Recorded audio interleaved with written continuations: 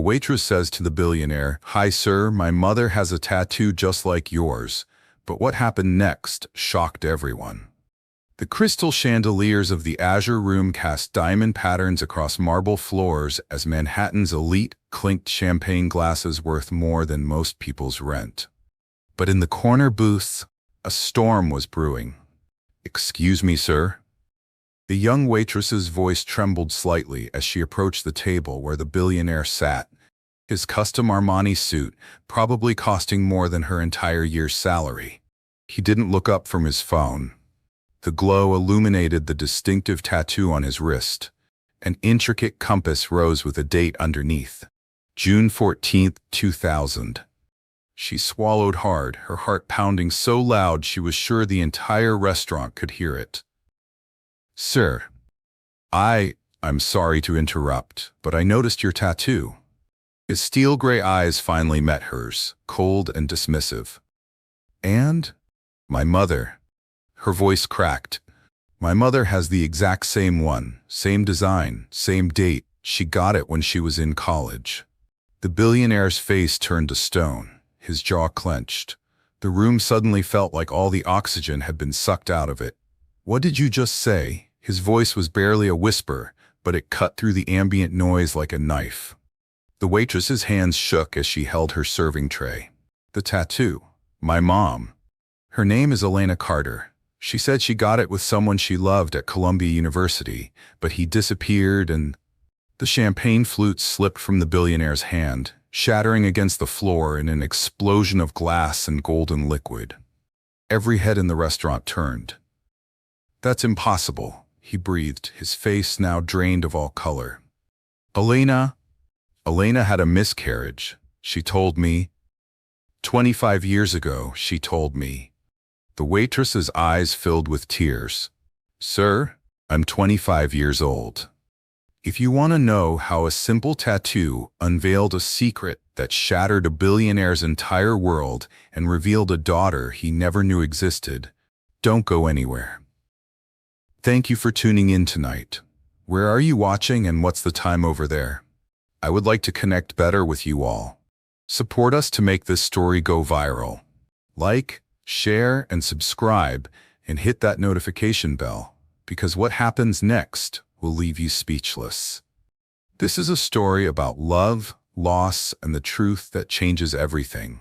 4 hours earlier, Sophie Carter's alarm clock screamed at 4:30 a.m., the same way it had every morning for the past 3 years. She slapped it silent and stared at the water-stained ceiling of her studio apartment in Washington Heights, a far cry from the glittering towers of Manhattan where she'd be serving dinner tonight.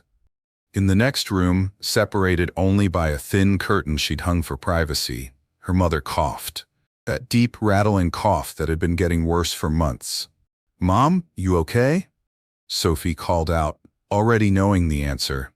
"I'm fine, baby." Elena's weak voice drifted back. "You're going to be late." Sophie pulled on her waitress uniform, a black dress she'd carefully hand-washed the night before, because the laundromat cost $8 she didn't have to spare. She looked at herself in the cracked bathroom mirror. 25 years old, and she looked exhausted. Dark circles under her eyes, hands rough from double shifts. But she forced a smile anyway. For Mom, she thought. Everything is for Mom. She tiptoed to her mother's makeshift bedroom.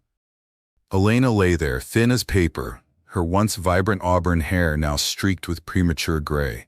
But even in sickness, even in poverty, her mother was beautiful. "You working the Azure Room tonight?" Elena asked, her eyes lighting up slightly. "Yeah, big private event. Wall Street types celebrating some merger." Sophie sat on the edge of the bed, taking her mother's frail hand. "Tips should be good." Elena's eyes drifted to the window, where the first hints of dawn painted the sky. "You know, I used to dream about places like that. Before." She trailed off, her fingers absently tracing the faded tattoo on her wrist. Sophie had seen that tattoo her entire life. The compass rose with the date beneath it. She'd asked about it 1,000 times growing up. "It's from when I was young and foolish," her mother would always say with a sad smile. from when I believed in fairy tales. Mom, you need to see a doctor. That cough. Doctors cost money we don't have, Sophie. Elena squeezed her daughter's hand. The medical bills from last year nearly buried us. I just need rest. But Sophie knew better. Her mother needed treatment.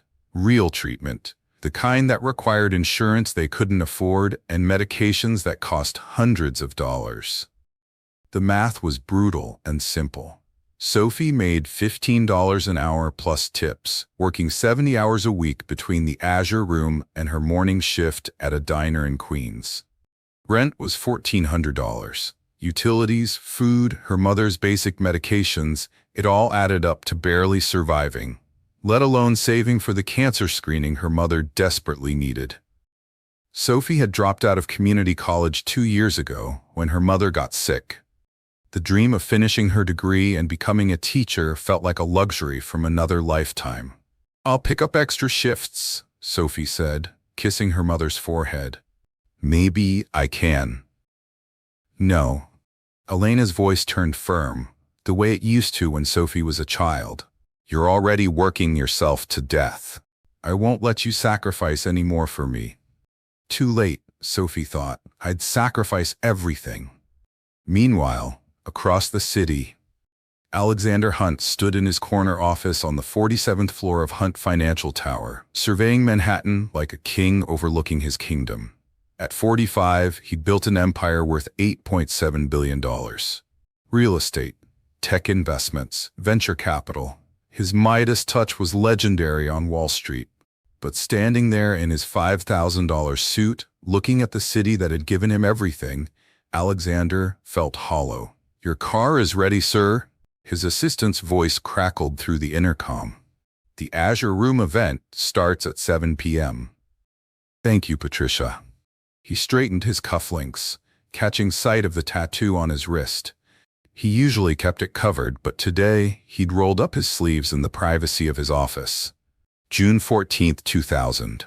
25 years ago, Columbia University. Elena. He'd spent 2.5 decades trying to forget her. Building his fortune, marrying twice, both marriages ending in expensive divorces, drowning himself in work and success. But that tattoo, that damn tattoo, was a permanent reminder of the only time in his life he'd truly been happy. They'd been so young, so stupidly, recklessly in love. They'd gotten the matching tattoos on their 6-month anniversary, swearing they'd be together forever. Then everything fell apart.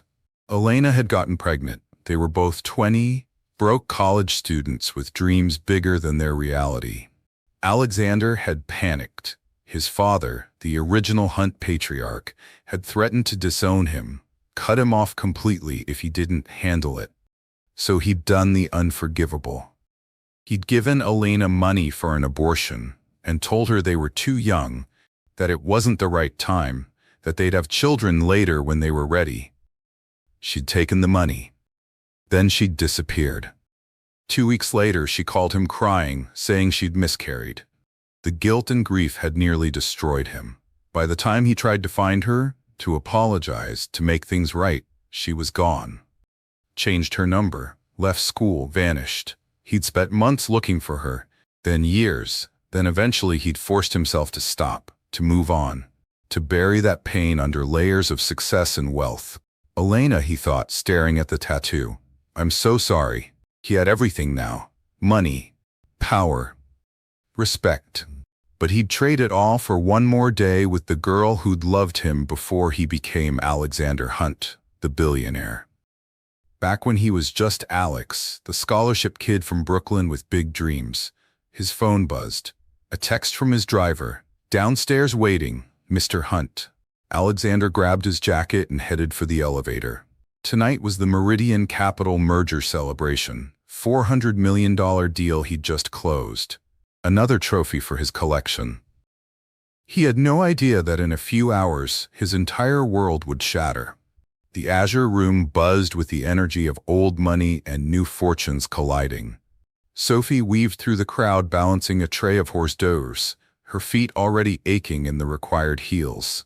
Around her, men in suits that cost more than her annual rent laughed too loudly, their voices lubricated by $300 bottles of wine. "Miss, another scotch, top shelf. And make it quick." A red-faced executive barked at her without even looking up from his conversation. "Right away, sir." Sophie smiled through gritted teeth. She'd learned early that invisible was the best way to be in places like this. Rich people didn't see servers as human beings, just moving furniture that occasionally brought them things. She delivered the scotch, accepted zero thanks, and returned to her station near the kitchen.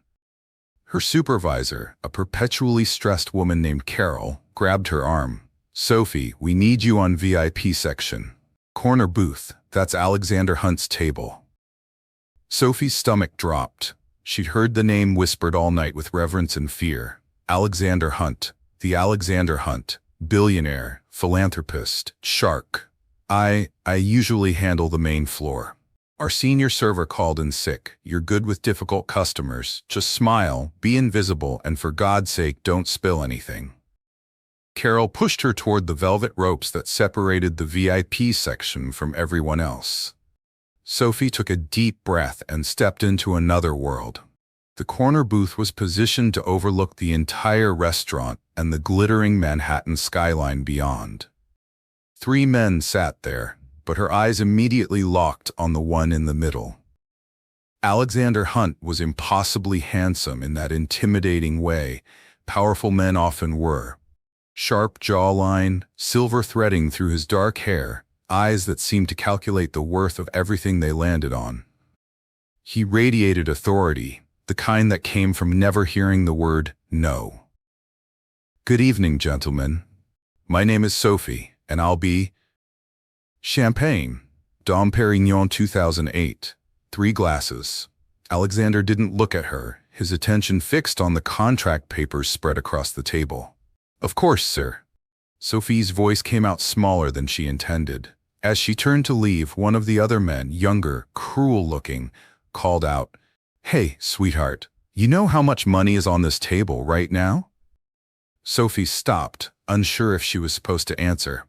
$400 million, the man continued, grinning. "That's probably more money than everyone you know will make in their entire lives combined. Crazy, right?" His companion laughed. "Brandon, leave the girl alone." But Brandon wasn't done. "I'm just saying, it's good to keep perspective. Some people make billions, some people pour champagne. That's just how the world works." Sophie felt her face burn with humiliation, but she kept her professional smile plastered on. "I'll get your champagne right away." She escaped to the bar, her hands shaking as she relayed the order. The bartender, an older man named Maurice who'd always been kind to her, gave her a sympathetic look. "Hunt's table? How'd you know?" "Brandon Marsh is a notorious ass, and Hunt..." Maurice poured the champagne carefully.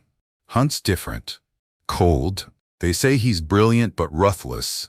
Built his fortune by never letting emotions get in the way of profit." Sophie thought of her mother at home, probably still awake despite needing rest, probably worrying about bills they couldn't pay. Men like Alexander Hunt lived in a universe so far removed from her reality, they might as well be different species. She delivered the champagne without incident, grateful when they ignored her completely. For the next hour, she served their table in silence, refilling drinks, clearing plates, existing as background noise to their important conversations about mergers and markets and millions. Then Alexander Hunt rolled up his sleeve. Sophie was clearing away dessert plates when she saw it, the tattoo on his wrist, partially visible beneath his Patek Philippe watch. Her breath caught in her throat. No, it can't be. The compass rose, the intricate detail, the date underneath. It was identical to her mother's. Sophie's mind raced. Her mother never talked about the father. Never. When Sophie was young and asked, Alina would get a distant look in her eyes and say, "He was someone I loved once, but life took us different directions." As Sophie got older and pushed harder, her mother finally admitted, He was at Columbia. We got matching tattoos. I got pregnant. He didn't want it. Gave me money and told me to take care of it. I couldn't do it, Sophie. I couldn't. But I also couldn't tell him. So I told him I'd miscarried, and then I left. I couldn't stay in a city where I might run into him, where he might find out I'd lied. Sophie had been furious. You should have made him pay child support. We've been struggling my entire life. But Elena had shaken her head. I made my choice. I chose you, and I've never regretted it for a single second. Now, staring at that tattoo, Sophie felt the world tilt on its axis. June 14th, 2000. The same date. The exact same tattoo. Her mother had been at Columbia. This man would have been there 25 years ago. He was the right age. The timeline matched perfectly. Sophie's heart hammered against her ribcage. This couldn't be coincidence. Could it? She thought of her mother lying in that apartment, sick and getting sicker, unable to afford the treatment that might save her life. She thought of all the nights she'd gone to bed hungry so her mom could eat. All the dreams she'd given up. All the years of struggling and scraping by. And this man, this billionaire who spent more on a single bottle of champagne than Sophie made in a month, might be the reason for all of it. Rage bubbled up in her chest, hot and overwhelming. But beneath it was something else, something desperate. What if he's my father? What if he could help Mom? Sophie knew she should walk away, keep quiet. What were the odds, really? Lots of people had tattoos. It was probably nothing. But her mother's cough echoed in her memory. The medical bills stacked on their kitchen counter. The weight of watching the person she loved most in the world slowly dying because they couldn't afford basic health care. She had to know. Sophie approached the table, her legs feeling like they might give out beneath her. The men were laughing about something. Cigars now lit despite the no-smoking policy that apparently didn't apply to billionaires. "Excuse me, sir?" Her voice came out barely above a whisper. Alexander didn't respond, still focused on his phone. "Sir?" She tried again, louder this time. He looked up, irritation flashing across his face. "Yes." Sophie swallowed hard. Point of no return. "I'm sorry to interrupt, but I noticed your tattoo." The table went quiet. Brandon smirked. "Oh, this should be good. You getting hit on by the help, Alex?" But Alexander's expression had changed. He looked down at his wrist, then back at Sophie with those calculating eyes. "What about it?" "My mother." Sophie's voice cracked. She cleared her throat and tried again. "My mother has the exact same one, same design, same date. She got it when she was in college." The color drained from Alexander's face. His eyes went wide, then narrow, then wide again. A rapid succession of emotions Sophie couldn't read. "What did you just say?" The words came out slowly, dangerously quiet. Sophie's hands shook as she held her serving tray. "The tattoo. My mom. Her name is Elena Carter. She said she got it with someone she loved at Columbia University. But he disappeared and—" The champagne flute slipped from Alexander's hand. The crash echoed through the entire restaurant like a gunshot. Glass exploded across marble. Golden liquid spread in a widening pool. Every conversation stopped. Every head turned. But Sophie only saw Alexander's face, watching it cycle through shock, disbelief, pain, and something that looked almost like hope. "That's impossible," he breathed, his voice breaking. Elena had a miscarriage, she told me. 25 years ago, she told me." Sophie felt tears burning in her eyes. "Sir, I'm 25 years old." The silence that followed was deafening. Brandon leaned back, his eyes going wide. "Holy shit." Alexander stood up so fast his chair toppled backward. He grabbed Sophie's arm, not hard but desperate. "What's your name?" "Sophie. Sophie Carter. Elena Carter's daughter." He said it like he was testing the words, seeing if they could possibly be real. Elena had a daughter. Elena had a... His legs seemed to give out. He sat back down heavily, staring at Sophie like she was a ghost. "I need..." He couldn't seem to form complete sentences. How is she? Where is she? I looked for her. After graduation, I looked everywhere. She's sick. The words burst out of Sophie before she could stop them. She's really sick, and we can't afford the treatment. And I work 70 hours a week, but it's never enough, and she's dying, and I don't know what to do. Sophie's professional composure shattered. Tears streamed down her face. All the exhaustion, all the fear, all the rage of the last 2 years came pouring out. Alexander stood again, his hand reaching toward her but stopping short. What's wrong with her? What does she need? Tests, scans. The doctor thinks it might be cancer, but we can't afford the screening. Our insurance, we don't have insurance. We can barely afford rent. I'll pay for it. The words came out fast and firm. All of it. Whatever she needs. The best doctors. The best. Why? Sophie's voice turned sharp through her tears. Because you feel guilty? Because you realize you might have a daughter you abandoned 25 years ago? The VIP section had become a theater, with every guest and server watching the drama unfold. Alexander flinched like she'd slapped him. I didn't abandon. She told me she miscarried. She told me you were gone. If I had known, would you have cared? Sophie shot back. My mom said you gave her money to get rid of me, that you didn't want. I was 20 years old and terrified. Alexander's voice rose, drawing even more attention. My father threatened to disown me. I panicked. I made the worst decision of my life, and I have regretted it every single day since. Every single day. He looked at her with such raw pain that Sophie took a step back. I looked for her, Alexander continued, his voice dropping. When she said she lost the baby, I was devastated, and I realized I'd made a terrible mistake, so I looked for her, for months, but she disappeared. Changed her number, left school, gone. She left New York, Sophie whispered, moved to Philadelphia, worked 3 jobs while pregnant with me. Then we came back here when I was 10 because she thought enough time had passed that she wouldn't run into you. Alexander's jaw clenched. 25 years. You've been in this city for 15 years and I never knew. Elena never told me. I have a daughter and I never knew. You have a maybe daughter, Brandon interjected, trying to sound reasonable. Alex, come on, this could be a scam. You're a billionaire. You think this is the first time someone's tried to? Shut up, Brandon. Alexander's voice was ice. He looked at Sophie. You said your mother is sick? Sophie nodded, wiping her tears with the back of her hand. Give me the address. I'm coming with you. Right now. What? No, I'm working. I can't just... You're done working for tonight.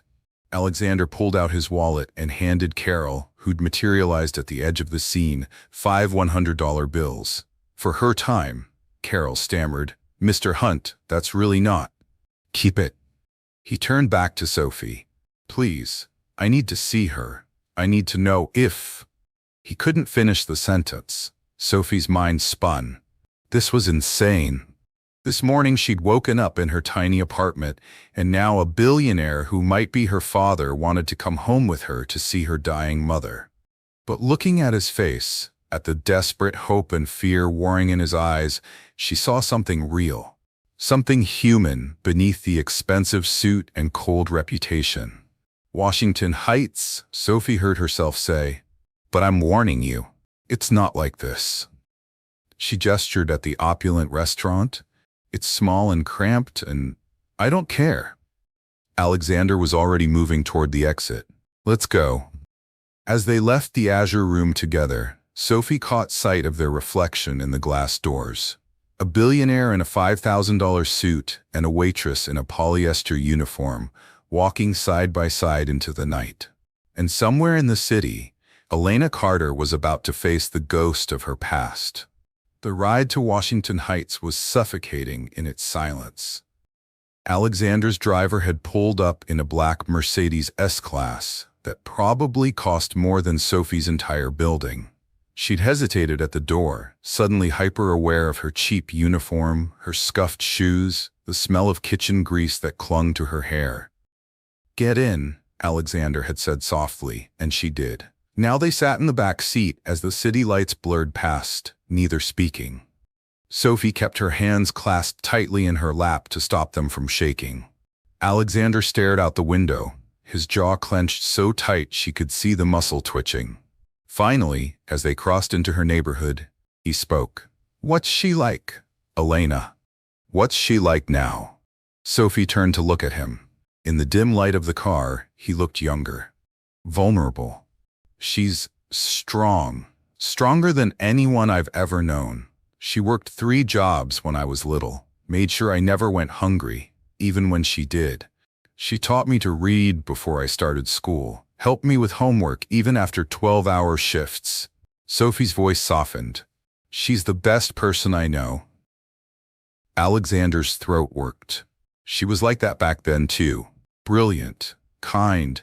She used to tutor other students for free, just because she wanted to help. I was failing economics before I met her. She spent hours teaching me, never making me feel stupid." He paused. "I loved her, I really loved her. But not enough," Sophie said quietly. No, the word was barely audible. Not enough. The car pulled up to Sophie's building, a 5-story walk-up with peeling paint and a broken intercom. Alexander stared up at it, and Sophie watched something shift in his expression. Not disgust. Something worse. Guilt. "5th floor," Sophie said, opening the door. "There's no elevator." "I don't care." They climbed in silence, their footsteps echoing in the stairwell that smelled of cooking oil and old carpet. On the 3rd-floor landing, they passed Mrs. Rodriguez struggling with grocery bags. Sophie automatically moved to help. "Gracias, mija?" Mrs. Rodriguez puffed, eyeing Alexander with open curiosity. "Who's your friend?" "Just someone from work," Sophie managed. By the time they reached the 5th floor, Alexander was breathing harder than he probably had in years. Sophie fumbled with her keys, her hands shaking so badly she dropped them. Alexander bent to pick them up, their fingers brushing as he handed them back. "Sophie," he said, "before we go in, I need you to know, whatever happens in there, whatever your mother says, I want to help. Medical bills, treatment, whatever she needs, that's not contingent on anything. Do you understand?" Sophie met his eyes. "Why? If she lied to you, if I'm not actually, because I failed her once, I won't do it again." His voice was steel. "And because no one should have to watch someone they love die because they can't afford health care. That's not right." Sophie nodded, not trusting her voice, and opened the door. The apartment was exactly as she'd left it, cramped, dim, the air thick with the sound of her mother's breathing.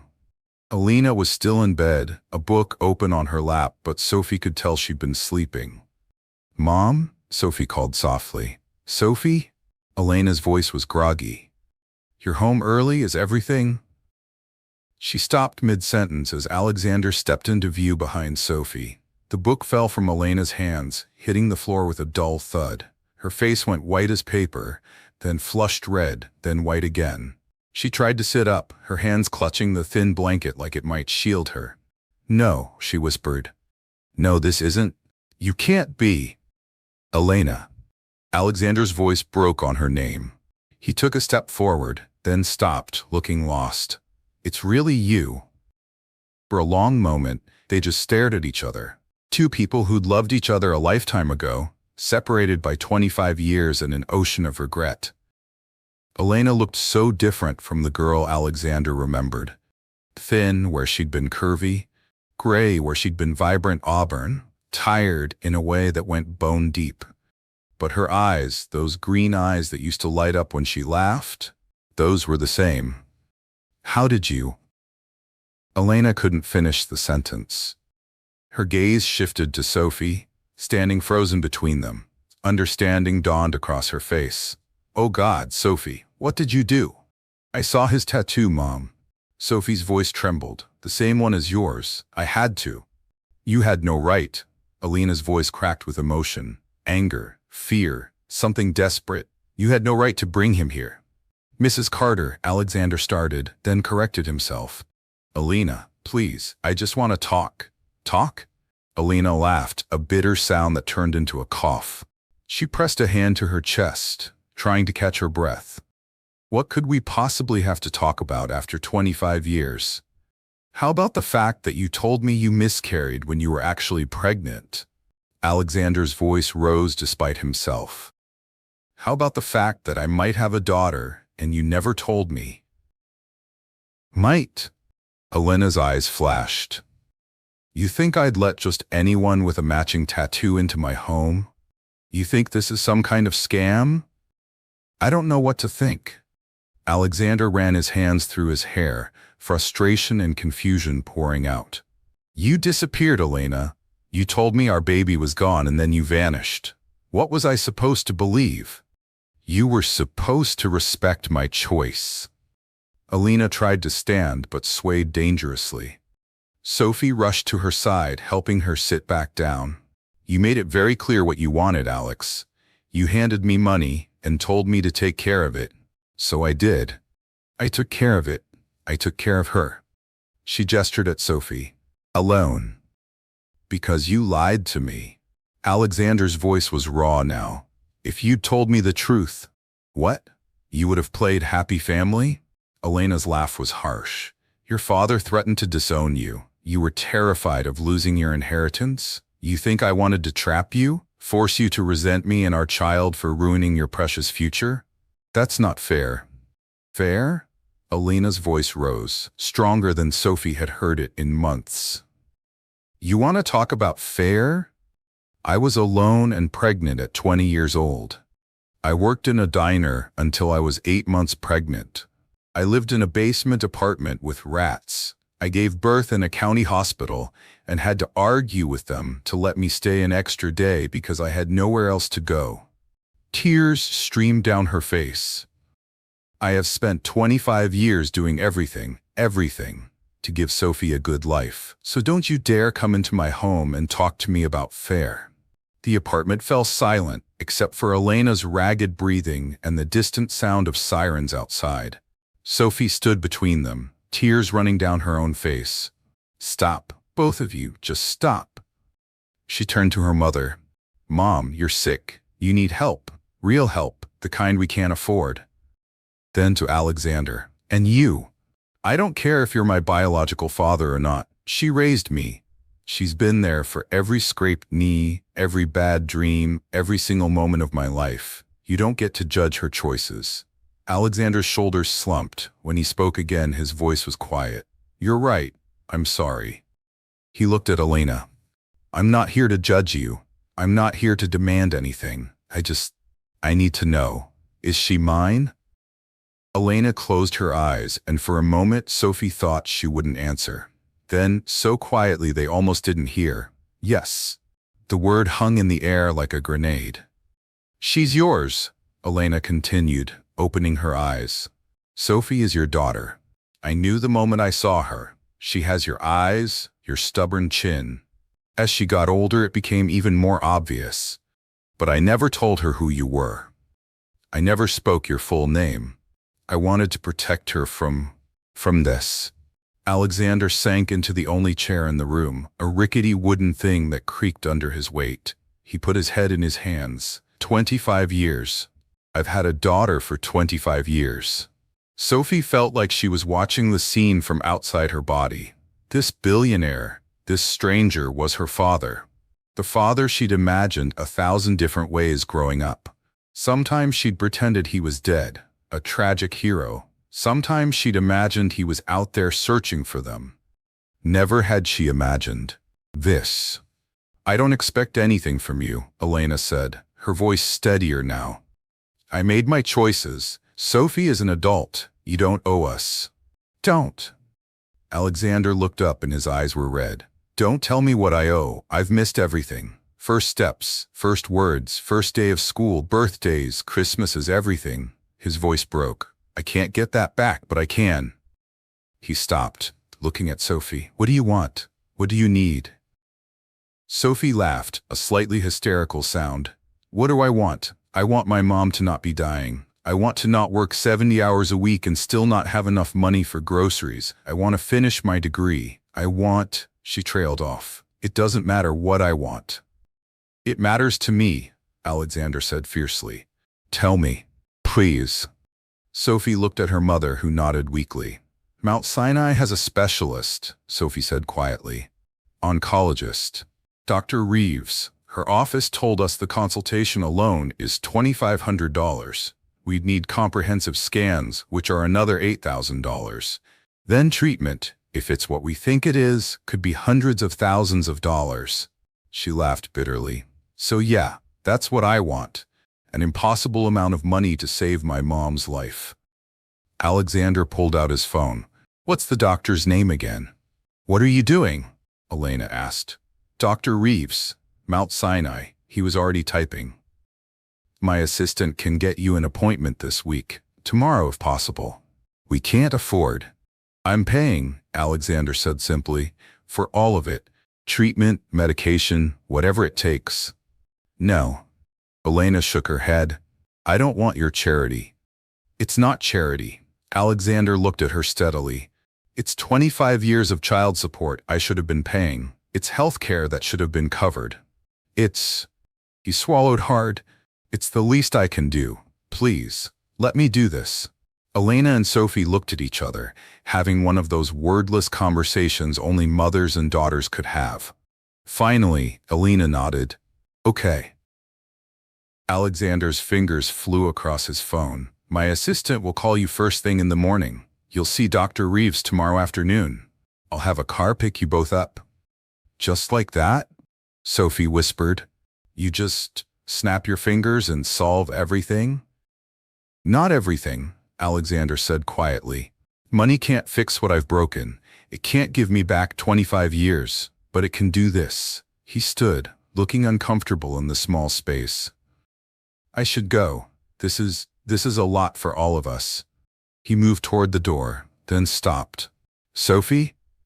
Could I get your number? Just so we can, I don't know, maybe talk sometime? Sophie pulled out her cracked phone and they exchanged numbers in awkward silence. At the door, Alexander turned back one more time. Elena, I'm sorry for everything, for being a coward, for not fighting harder to find you. His voice broke, for all of it. Elena's expression softened slightly. We were kids, Alex, we both made mistakes. Yeah, but my mistakes cost you 25 years of struggle. That's not the same. After he left, Sophie and Elena sat in silence for a long time. Finally, Sophie spoke. Is this real? Did that actually just happen? Elena reached for her daughter's hand. I think so. I think your life just changed, baby girl. Our lives, Sophie corrected. You're going to get treatment. You're going to get better. But even as she said it, Sophie couldn't shake the feeling that this was just the beginning. That inviting Alexander Hunt into their lives had opened a door that couldn't be closed. Outside, 5 floors below, Alexander sat in his car and didn't give the driver an address. He just stared at the building, at the 5th floor window where a light still burned. He had a daughter. He pulled out his phone and looked at Sophie's contact information. Then, without letting himself overthink it, he sent a text. Thank you for telling me. I know I don't deserve a second chance, but if you're willing, I'd like to try to be part of your life. No pressure. Just think about it. Alex, 3 dots appeared immediately. Then, I don't know what to think or feel right now, but Mom's gonna get better. That's what matters. We can figure out the rest later. Alexander smiled through tears. He didn't know he was crying. Yeah, we can figure out the rest later. This story is about to take a turn that no one saw coming. A billionaire who thought he'd lost everything is about to discover what really matters. A mother who sacrificed everything is finally getting the help she desperately needs. And a daughter caught in between is about to learn that family isn't always simple, but it might just be worth fighting for. Don't miss what happens next. 3 days later, Sophie stood in the marble lobby of Mount Sinai Hospital, feeling like she'd stepped into a different universe. Everything gleamed, polished floors, modern art on the walls, people in expensive clothes moving with purpose and confidence. Miss Carter?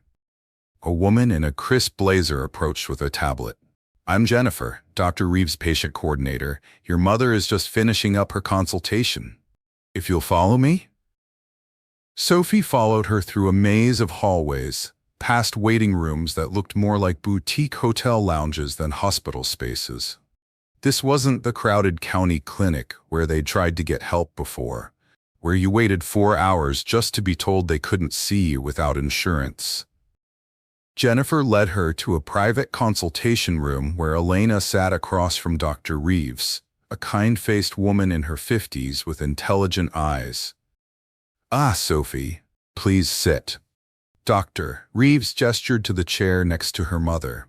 "I was just explaining to your mother what we've found." Sophie's heart plummeted. The expression on her mother's face was unreadable, somewhere between shock and relief and fear all mixed together. "What is it?"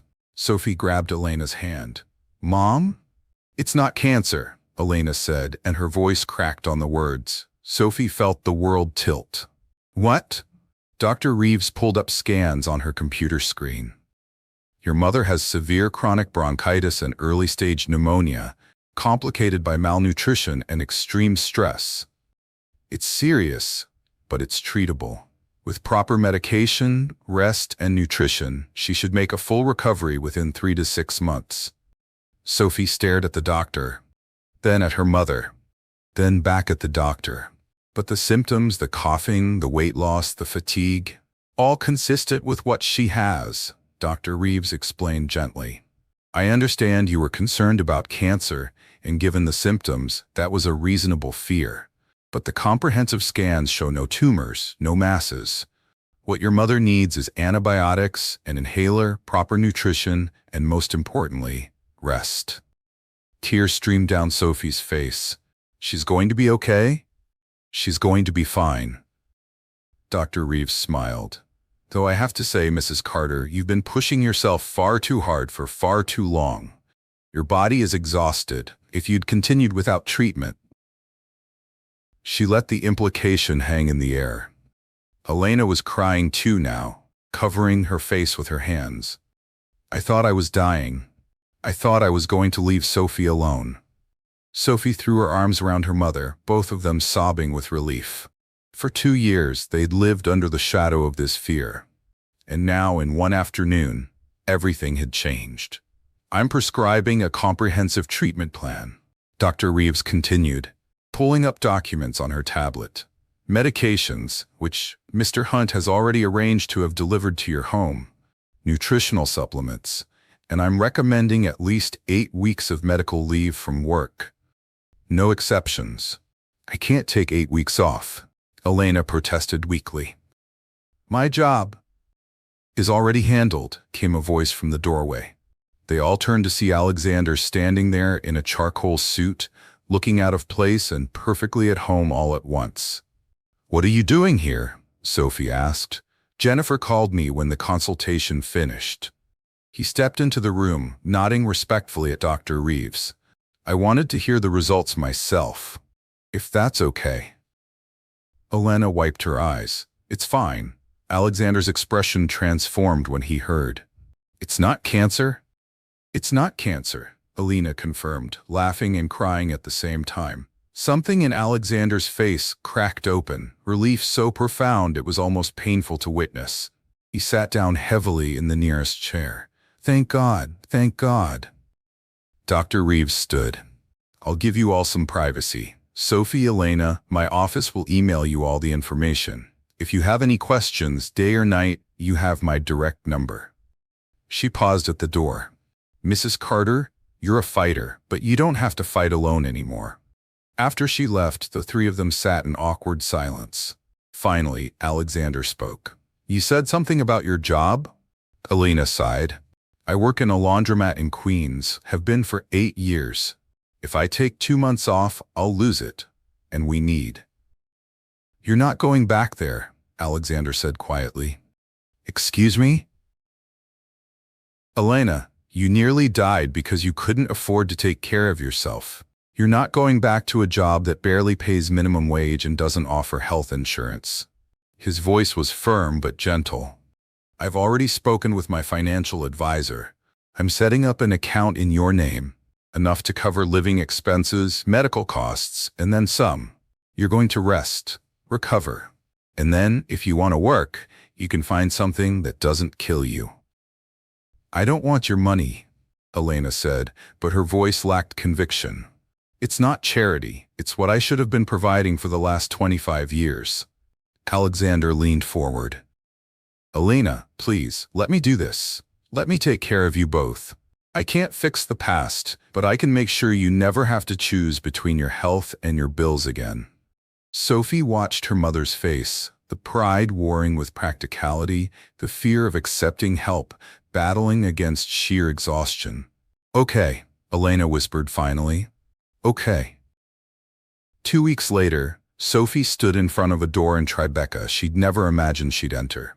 Alexander's penthouse.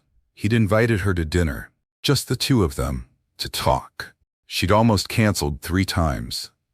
The door opened before she could knock. Alexander stood there in jeans and a casual button-down, looking more human than she'd ever seen him. Sophie, come in. He seemed nervous, which was oddly comforting. The penthouse was stunning. Floor-to-ceiling windows overlooking Manhattan, modern furniture that probably cost more than her old apartment, art on the walls that Sophie vaguely recognized from her one art history class. But what caught her attention was the dining table. It wasn't set for some fancy dinner. Instead, there were photo albums spread across it. Dozens of them. I wanted to show you something, Alexander said, leading her over. This is my life. The parts I wish I could have shared with you. Sophie picked up the nearest album. Photos of a younger Alexander, at graduation, at his first office, shaking hands with important-looking people. As she flipped through, she noticed something. In every photo, even when he was smiling, his eyes looked empty. I built an empire, Alexander said quietly, standing beside her. I made billions. I had everything I thought I wanted, and I was miserable. He picked up another album, older, more worn. This was my life before, when I was happy. Sophie gasped. The photos were of Alexander and her mother. Young, laughing, so obviously in love it hurt to look at the beach, at a diner, in a tiny apartment. Elena in Alexander's arms, both of them grinning at the camera. This was taken the day we got the tattoos, Alexander said, pointing to one photo. We just aced our finals. We felt invincible. We thought nothing could ever separate us.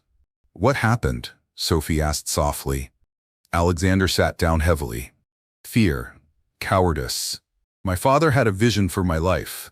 Business school, investment banking, eventual takeover of his company. When Elena got pregnant, he saw it as a threat to all of that. He sat me down and painted this picture of poverty and struggle, of throwing my potential away, and I believed him. His voice turned bitter. I chose money over love. I chose a future that looked good on paper over the person who actually made me happy. But you looked for her, Sophie said. You said you looked. Not hard enough. Not long enough. Alexander met her eyes. I gave up, Sophie.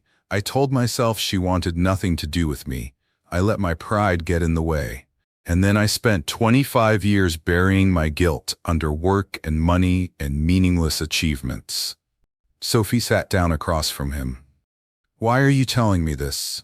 Because you deserve to know who your father is. Not the billionaire. Not Alexander Hunt, the businessman, but Alex, the guy who was so scared of disappointing his father that he destroyed the best thing in his life. He paused.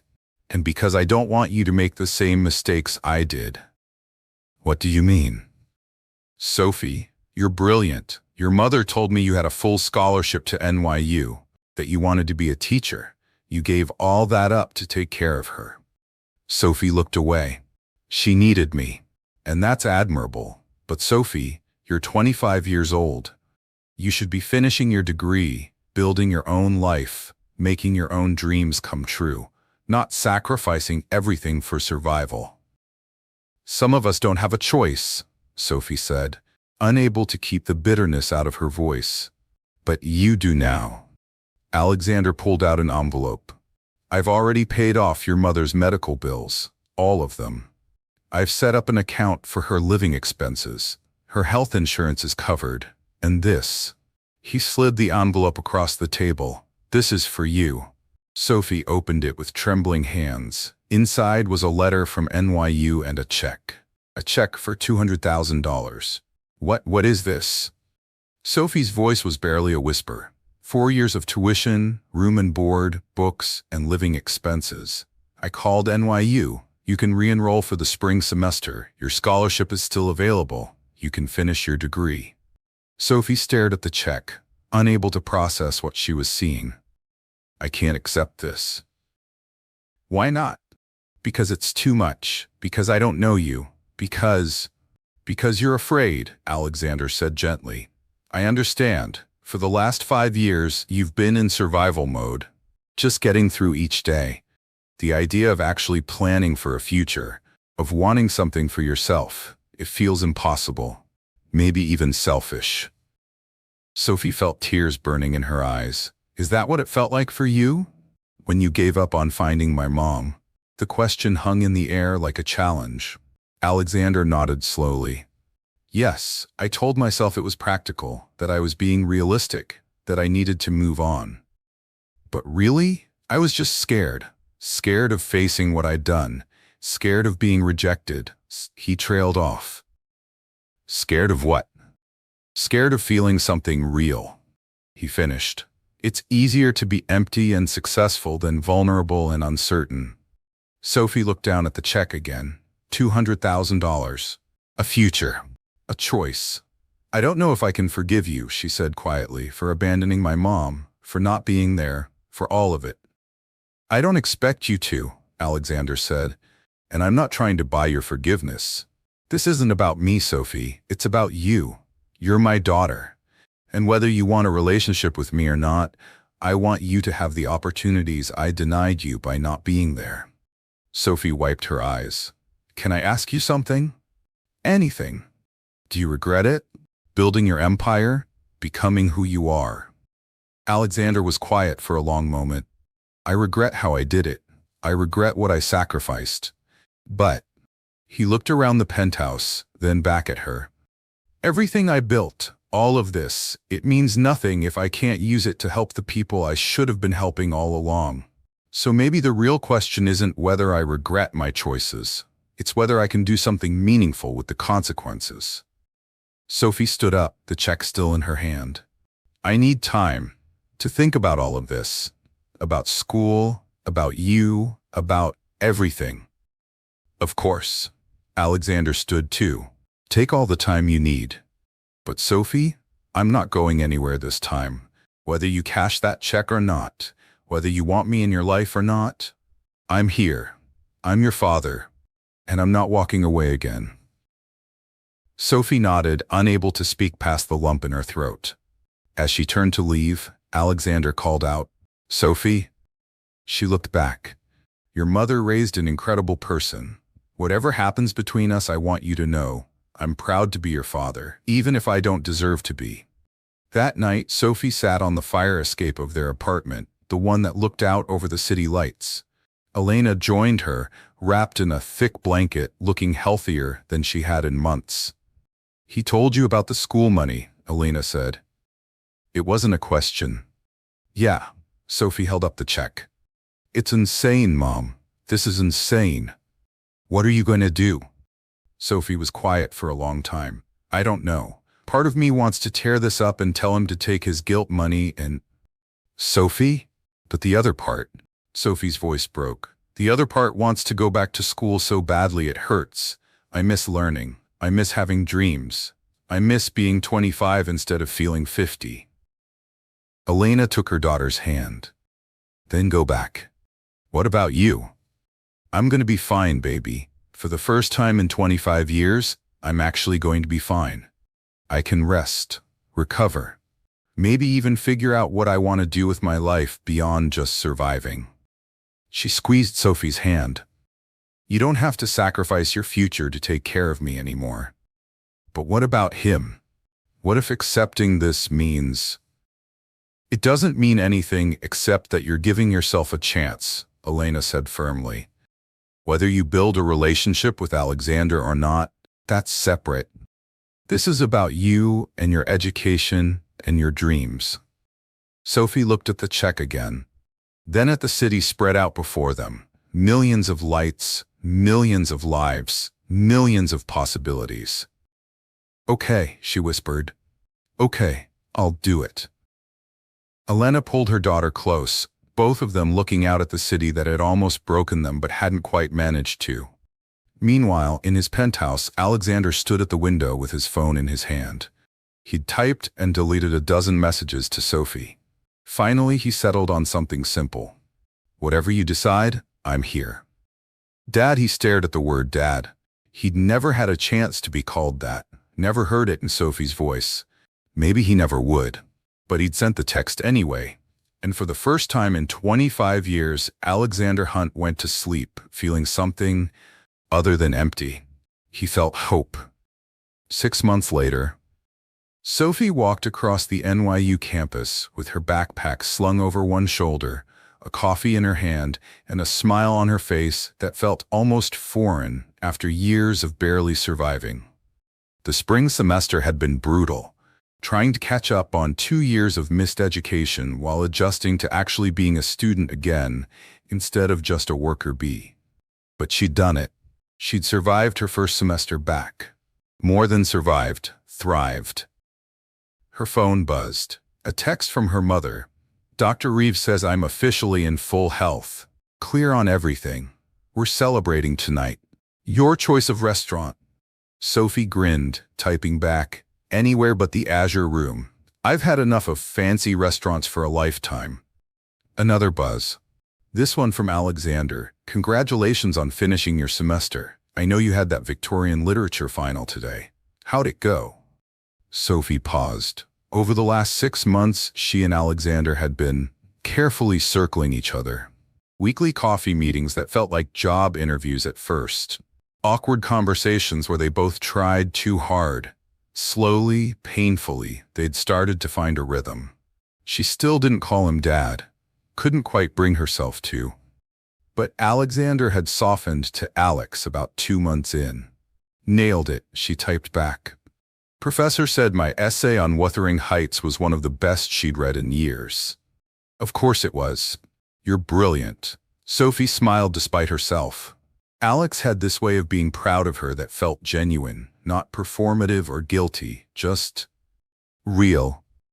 Mom got her test results, all clear. There was a longer pause before his response. "That's incredible news. I'm so happy for her. For both of you." Sophie bit her lip, then typed, "We're celebrating tonight. You could join us. If you want." The 3 dots appeared, disappeared, appeared again. "I'd love that. Thank you." That evening, they met at a small Italian restaurant in the village, the kind of place with checkered tablecloths and candles and wine bottles. Nothing fancy, nothing intimidating.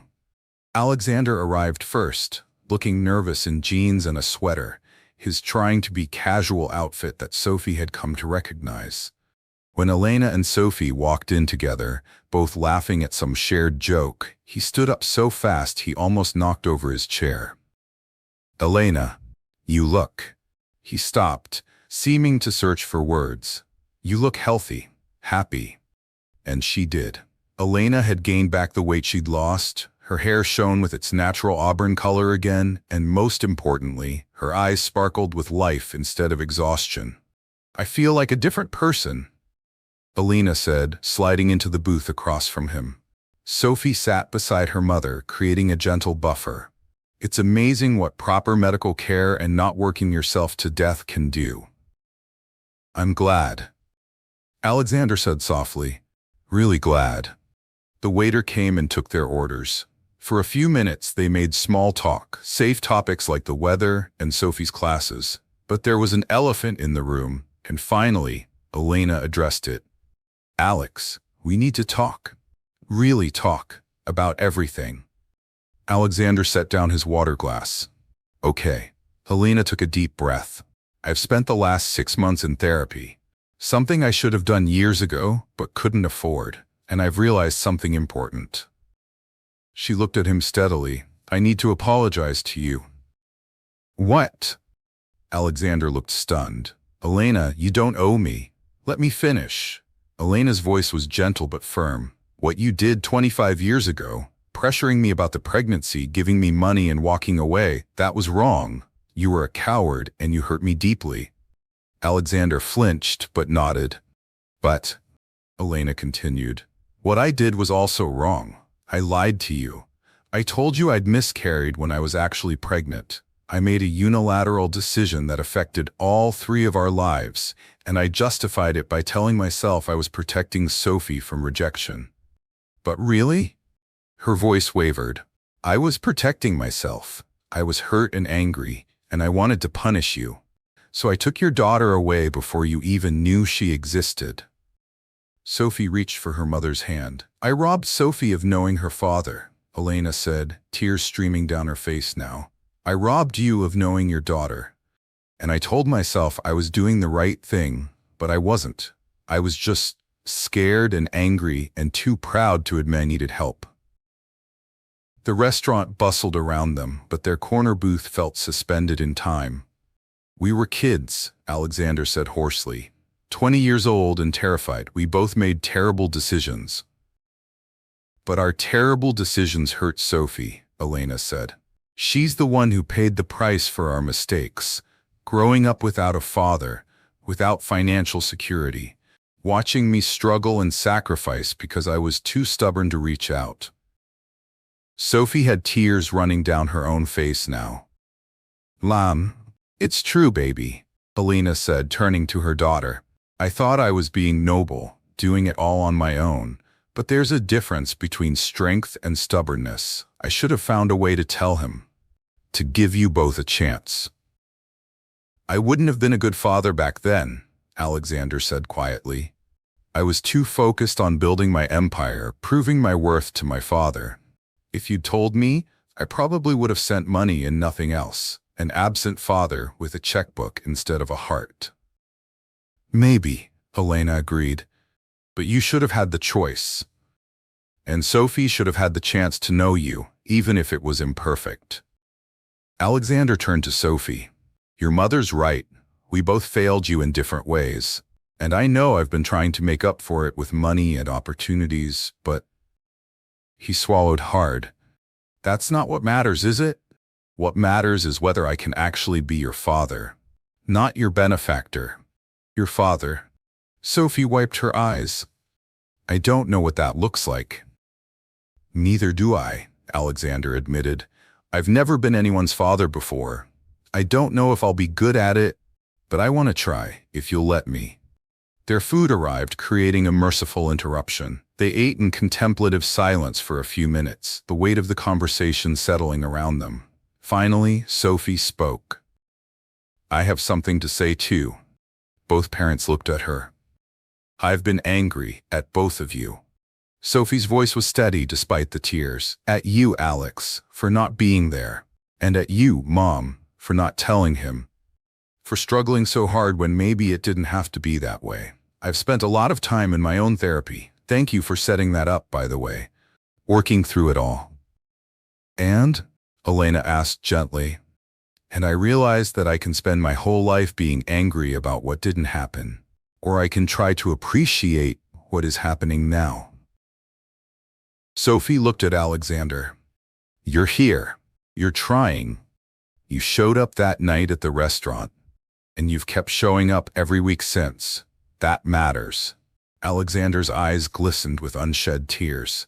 And Mom, Sophie continued, turning to Elena, you gave me everything you had. Every single day of my life. Yes, it was hard. Yes, I wish things were different sometimes. But you loved me with everything you had, and that's not nothing. That's everything. Elena pulled Sophie into a fierce hug, both of them crying openly now. So here's what I think, Sophie said, pulling back and looking at both of them. I think we're a family. A weird, complicated, broken and pieced back together family. But a family, and maybe that's enough. Alexander reached across the table, his hand hovering uncertainly. Elena looked at it, then at Sophie, then back at him. Slowly she placed her hand in his. Sophie added hers on top. A family, Alexander repeated, his voice breaking. I like the sound of that.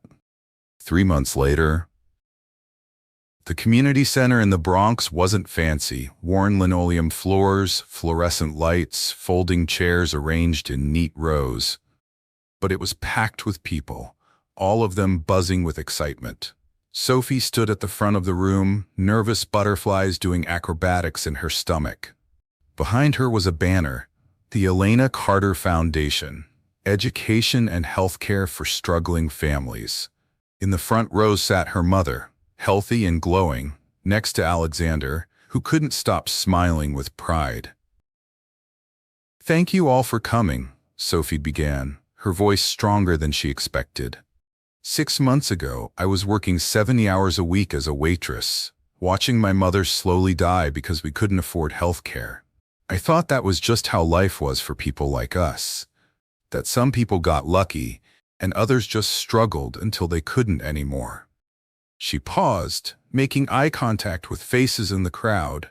Tired mothers, struggling students, people who looked exactly like she had not so long ago. But then something unexpected happened. I met my father for the first time in my life, and he had resources I couldn't have imagined. At first, I was angry. Angry that these resources existed while we'd been suffering. Angry at the unfairness of it all. Alexander shifted in his seat, but Sophie smiled at him reassuringly. But then I realized anger without action is just bitterness. So we decided to do something. My father, my mother, and we created this foundation. It provides free healthcare screenings, connects families with affordable medical care, and offers educational scholarships to students who've had to choose between school and survival. The room erupted in applause. "This isn't charity," Sophie continued. "This is justice. This is saying that no mother should have to choose between medicine and rent. No student should have to give up their dreams to pay bills. No family should have to watch someone they love die because healthcare is a luxury instead of a right." More applause, some people standing now. The Elena Carter Foundation launches today with a commitment to serve 500 families in the first year. We have partnerships with 3 hospitals, 2 universities, and dozens of community organizations. And we're just getting started. Sophie looked at her mother, who was openly crying with pride, then at Alexander, who mouthed, "I'm proud of you." "My mother taught me that love is sacrifice," Sophie said, her own voice thick with emotion. "She taught me resilience, determination, and strength. My father—" She paused, the word still feeling new in her mouth. "My father taught me that wealth without purpose is empty, that resources are only meaningful if they're used to help others. Together, they're teaching me that families aren't perfect, but they can still be beautiful." After the presentation, people lined up to ask questions, to share their stories, to sign up for services. Sophie worked the crowd with Elena by her side, both of them energized by the hope in the room. Alexander hung back, watching them work together. His daughter and the woman he'd loved and lost, and in some strange way, found again. A young woman approached him. "Mr. Hunt, I just wanted to say thank you. My son has asthma and we can't afford his inhaler. Your foundation is going to help us get it. You're saving his life." Alexander felt his throat tighten. "It's not me, it's them." He gestured at Sophie and Elena. "They're the ones who understand what's needed. I'm just trying to help." "Well, thank you anyway." The woman squeezed his hand and moved on. Later, after the crowd had thinned and they were packing up, Elena approached him. "That was quite a turnout," she said. "Sophie's a natural," Alexander replied. "The way she connected with people, that's all you. That's how you raised her." Elena smiled. "She has your determination, though, your drive. Once she sets her mind to something, nothing stops her." They stood in comfortable silence for a moment, watching Sophie laugh with a group of students who'd gathered around her. "Elena," Alexander said quietly, "I know we can't go back. I know too much has happened, but thank you for giving me this chance, for letting me be part of her life, part of both your lives. Elena looked at him, really looked at him, maybe for the first time since that night in the restaurant. We're not kids anymore, Alex. We're not who we were 25 years ago. No, he agreed, we're not. But maybe that's okay, Elena continued. Maybe who we are now, two people who made mistakes and hurt each other but are trying to do better, maybe that's enough. Is it? Alexander asked. Enough? Elena smiled. It's a start. 1 year later, Sophie stood in her cap and gown, diploma in hand, surrounded by her family. Elena, healthy and happy, working part-time as a counselor for the foundation. Alexander, who'd cut his work hours in half to spend more time actually living instead of just achieving. And surprisingly, a boyfriend. A guy from her Victorian literature class who thought it was cool that she'd worked as a waitress and didn't care about her father's money. Speech! Speech, her boyfriend called out. Absolutely not, Sophie laughed, but Alexander and Elena joined in the chanting. Fine. She held up her hands in surrender. Okay, here's my speech. 2 years ago, I thought my life was over. I'd given up on dreams. I was just surviving, day by day, watching everything I loved slowly die. Her voice turned serious. But then a tattoo, a simple tattoo, changed everything. It brought my father into my life. It saved my mother's life. And it taught me the most important lesson I've ever learned. Which is, her boyfriend prompted, that it's never too late, Sophie said simply. It's never too late to tell the truth. Never too late to forgive. Never too late to build something beautiful from broken pieces. My parents made mistakes that hurt each other and hurt me. But they also showed me that love isn't about being perfect. It's about showing up, even when it's hard. It's about trying, even when you're scared. It's about choosing each other, over and over again, even when it would be easier to walk away. She looked at Alexander. Dad taught me that wealth means nothing if you don't use it to help others. That success is empty if you're alone at the top. Then at Elena, Mom taught me that strength isn't about doing everything alone. It's about knowing when to accept help, when to be vulnerable, when to let people in. Sophie held up her diploma. This piece of paper represents more than just an education. It represents second chances. It represents a family that refused to let the past define our future. It represents hope. Alexander pulled both Sophie and Elena into a hug, the three of them forming a tight circle. I love you both, he said, his voice thick with emotion. I know I don't say it enough, but I do. You're my family, my whole world. We love you too, Dad, Sophie said, and this time the word came easily. As the sun set over the city, painting the sky in shades of gold and pink, the three of them stood together, a billionaire, a survivor, and the daughter who'd brought them back together. Not perfect, not uncomplicated, but theirs, and that was more than enough.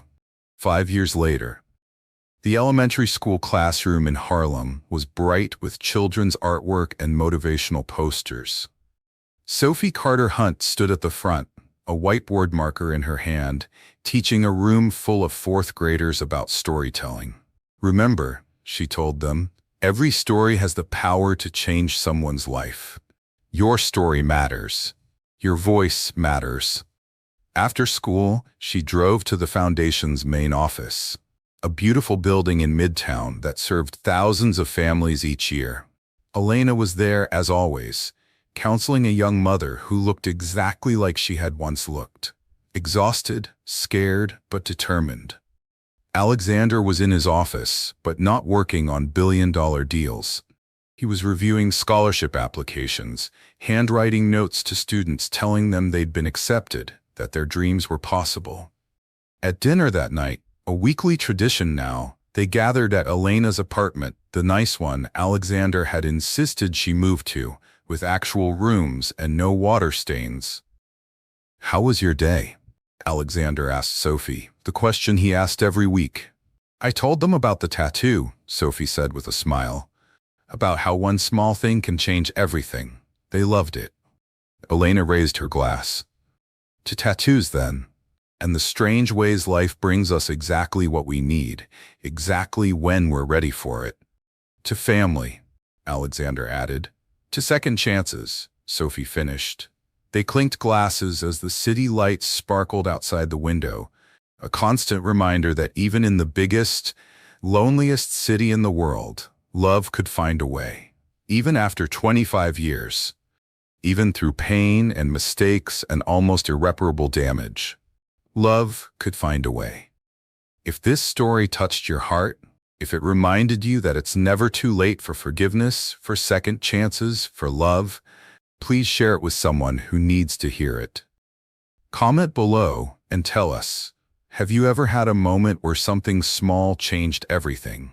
And don't forget to subscribe, because every week we bring you stories about real people, real struggles, and the extraordinary ways life can surprise us.